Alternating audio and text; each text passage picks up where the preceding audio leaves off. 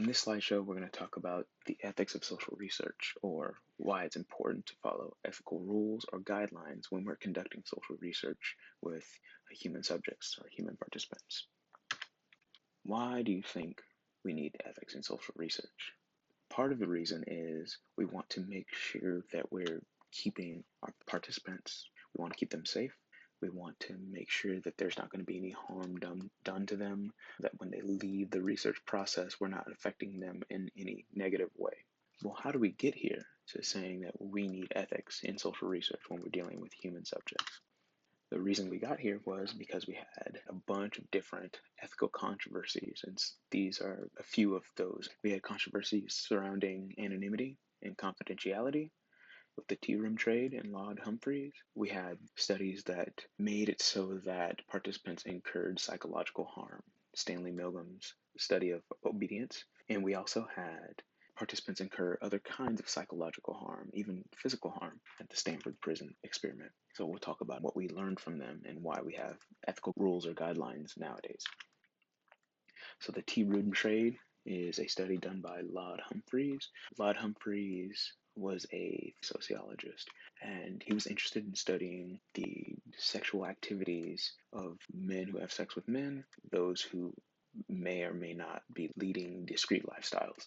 He wanted to study gay sexual activities in public restrooms and parks, so he would go to various parks, and he volunteered at these parks in the restrooms to become the watch queen or the police lookout. So he would stand there, watch the door to make sure that police weren't coming in and catching the people engaging in sexual activities. And this is because the sexual activities were while people were in public restrooms. So police were concerned about this, and a lot of researchers knew about this, but Laud Humphreys took it to the next level and said, we're going to go out and study who these people are, what's going on in the context of these restrooms. So he volunteered to become the watch queen to watch out for police invading, and he wanted to know who was engaging in these sexual activities. Not only is Laud Humphreys potentially putting himself in danger in certain situations, that wasn't the ethical controversy. The ethical problem for Laud Humphreys was that while he was volunteering as the watch queen, he actually collected the license plate numbers of those who were going to the public restroom to engage in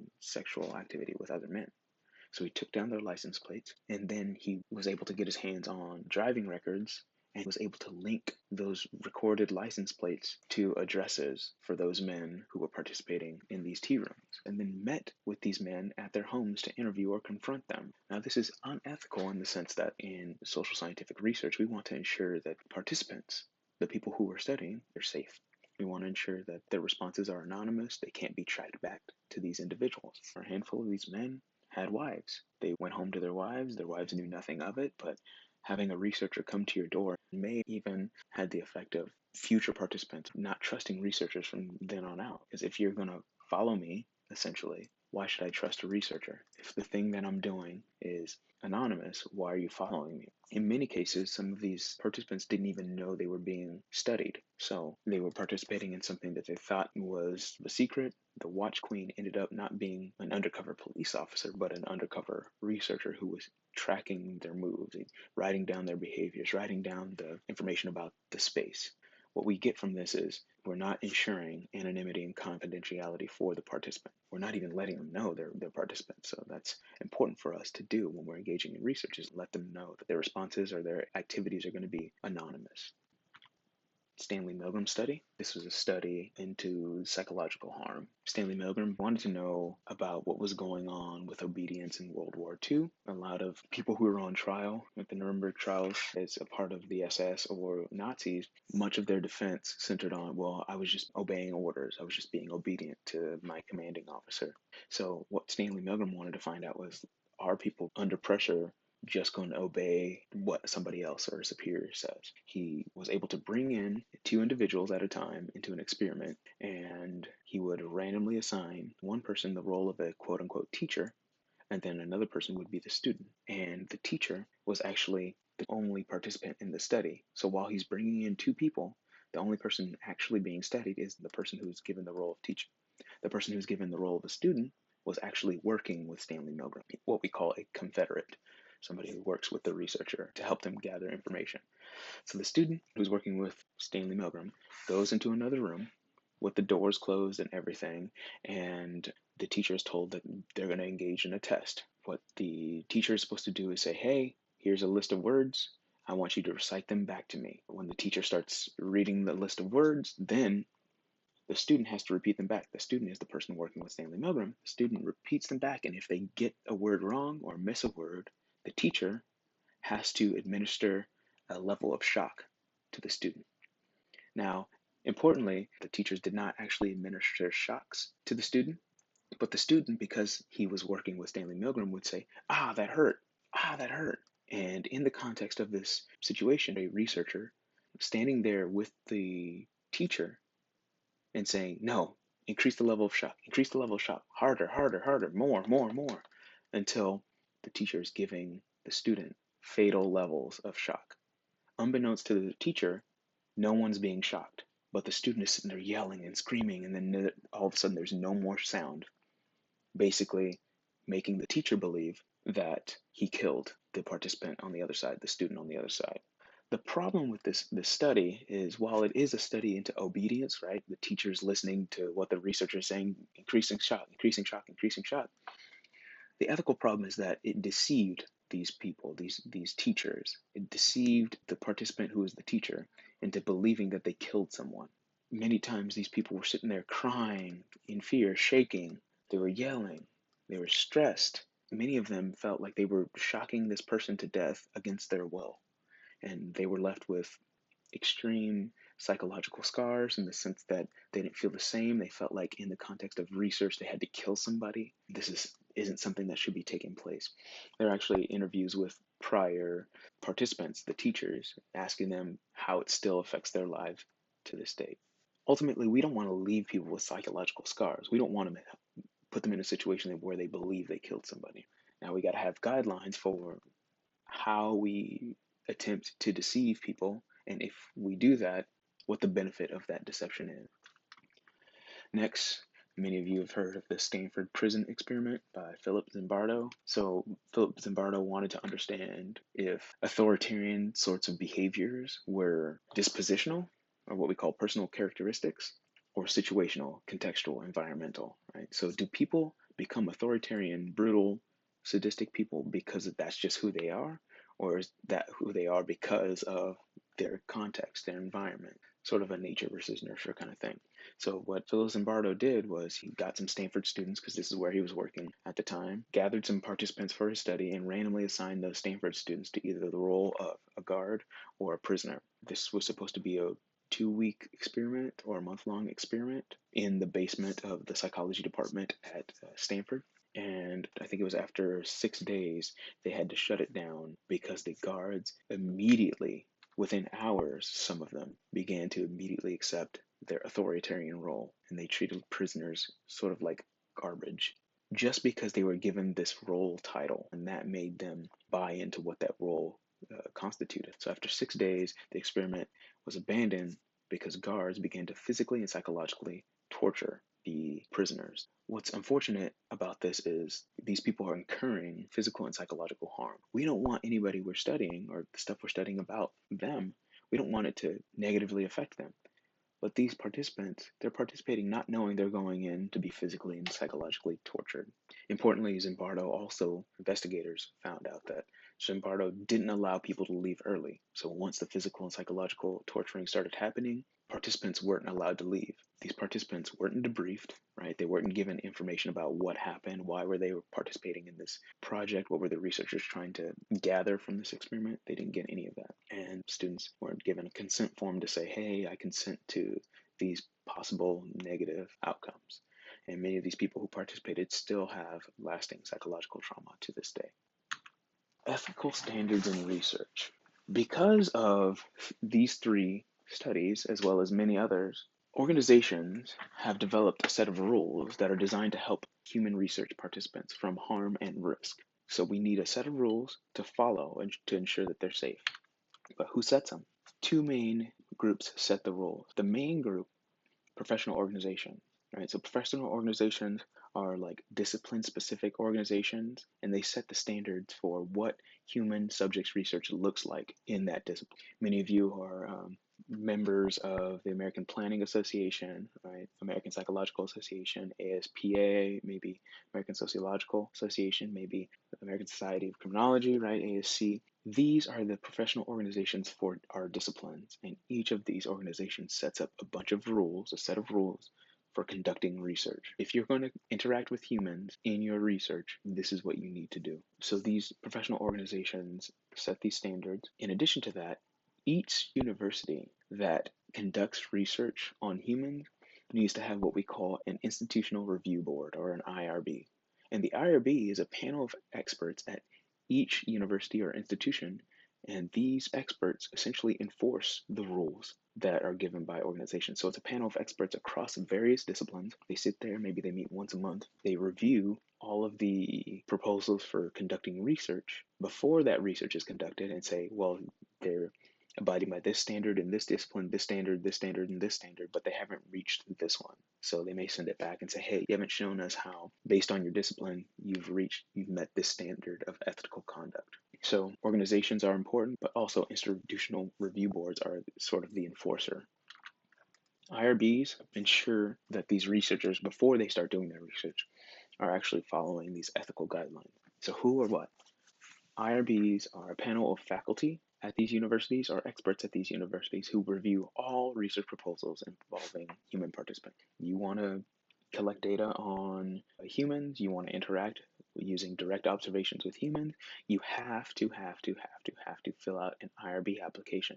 And that IRB application goes directly to this panel of experts, and they'll review your work to see, is it really ethical? Is it minimizing risk and harm to these individuals? Where?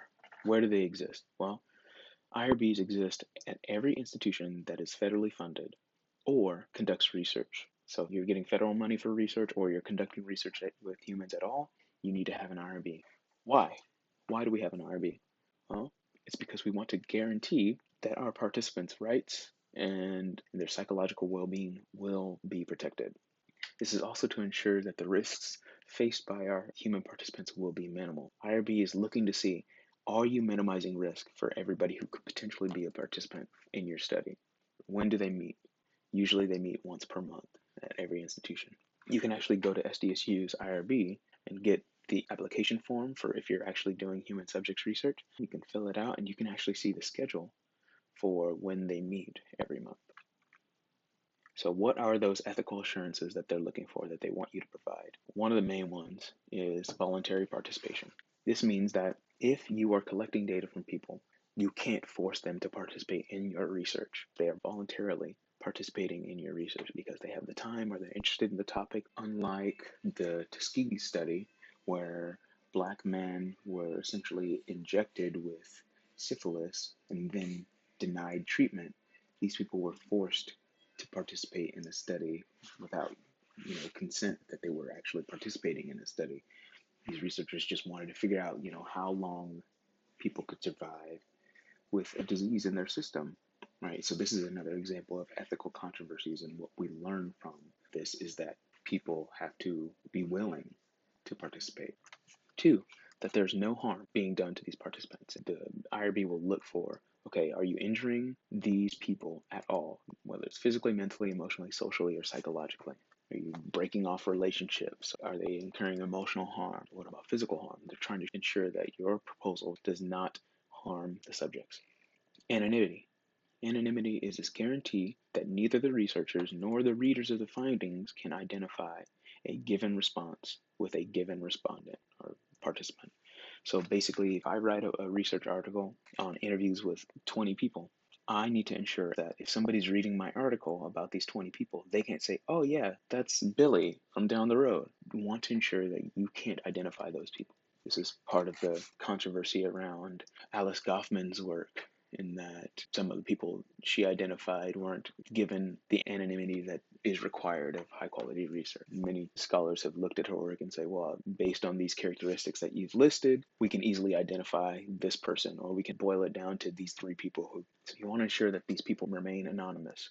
A way of doing that is giving people pseudonyms, fake names. So if it's really Billy, you call him Juan or something like that. Confidentiality. Confidentiality is a guarantee that if the researcher can identify a given response, they promise not to do so publicly. So what you're saying is all of their responses will remain confidential. If you find something that they say they've done and it might be damaging to their career or damaging to some relationships, it's got to stay between you and that participant. Sort of like doctor-patient confidentiality. The only way that you can give up sensitive information is if you're subpoenaed or under oath. And then finally, the use of deception. So if you're going to deceive participants, much like the Milgram study, much like the Stanford prison experiment, if you're going to mislead them for the purpose of getting information that would otherwise be hard to get, then these participants need to be informed of what's going on. You tell them after the study, after you've collected their data, you say, now we're going to debrief you about this is how you were deceived. This is how we lied to you in order to get this information. This is how we misdirected you or redirected you in order to get information. But IRB, what they're trying to look for is there a strong scientific justification for deceiving people? If not, then the use of deception is just nonsensical. IRB has methods of ensuring that your participants will know that you're abiding by these ethical guidelines. The way you do this is through informed consent. Informed consent is a legal form that your participants have to sign in order to participate. You can't just go in and say, hey, do you want to participate and start collecting data? They have to sign an informed consent form, like they are consenting to be a participant in your study. And IRB looks for this informed consent form. So if you don't have it, they're going to reject your application. Informed consent acknowledges that a person is, one, voluntarily participating, and that their voluntary participation in your research project is based on their full understanding of the total possible risks and harms that may come with participation. If there's a potential for information getting out, although you've ensured that it's not, they know that that could be a potential risk. If they're going to feel psychologically deterred in any way, they need to know about that. It also outlines the steps that the researchers are taking to ensure anonymity or confidentiality. Anonymity includes I'm giving these people pseudonyms, fake names, so they're going to remain anonymous, right? I won't know what your response is. I just know that this is anonymous. And confidentiality. Anything sensitive is not going to be given up. When you're going out on interviews, you're interviewing a bunch of people, you create a list with all their names and give those names pseudonyms, put that list away. Now you're only calling them by their pseudonym in your notes. Confidentiality really refers to once you start collecting those data, you're not going to let all of the information out. Only the patterns that you find. You're only letting out enough information about the patterns that you find. You're not taking your notebook with all your notes and all your recordings and handing them over to anybody. Keeping those locked up in a sealed container or a lockbox or something like that, you're ensuring that all of that information is confidential. It's not going to get out publicly. Informed consent also describes how long the study will take, meaning, this interview will last an hour and a half, or the survey will last you 30 minutes, so it'll take 30 minutes to complete. And then it finally also lists contact information for the researcher, so if the participant wants to follow up, they can. Which projects require IRB? So all projects that use direct observations of human subjects need to go through IRB. This includes those research projects that include primary data collection, like you're working directly with people. So interviews, surveys, ethnographies, experiments, participant observation, right? All of these things require that you get IRB approval, meaning you have to apply, send in the application, send in the informed consent form, describe all the methods that you're using to collect and analyze the data, all of that stuff.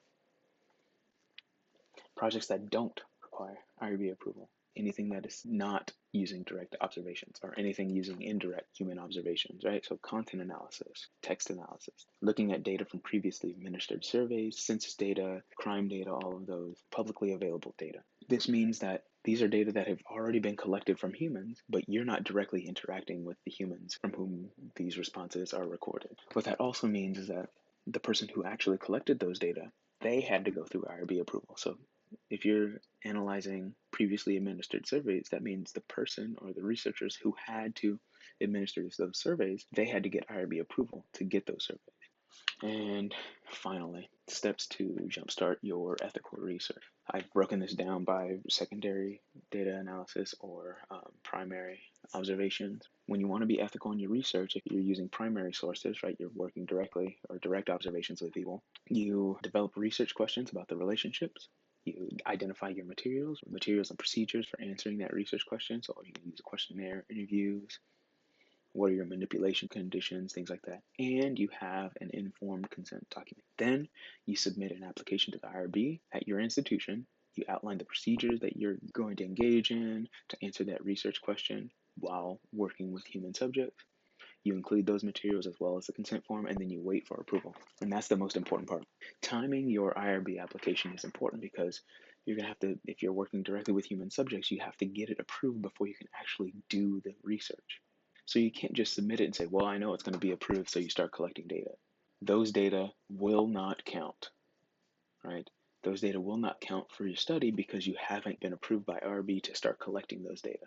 So you can go ahead and start collecting those data, but they don't count in terms of the overall findings for your study. You have to wait for approval. And sometimes it's a week, sometimes it's 2 weeks, sometimes it's several months before they get to your application. So you wait for approval. Now you can begin data collection only after your IRB application has been approved, and you can move on. With secondary data analysis, develop your research questions about the relationship between your variables. Materials and your procedures really are identifying data sets that already exist that include those variables. That'll help you answer your research question. No need to deal with IRB with a secondary data analysis. Although some have, there are unique cases where you might need to if there's sensitive information that requires special access. And then after that, you gather and you can merge various data sets. So I said this already. Proceed with caution because some data sets may require that researchers request special access, which may also require an IRB application saying, here's the sensitive information that exists in this already existing data set, and I need special access for it. I'm going to keep it confidential.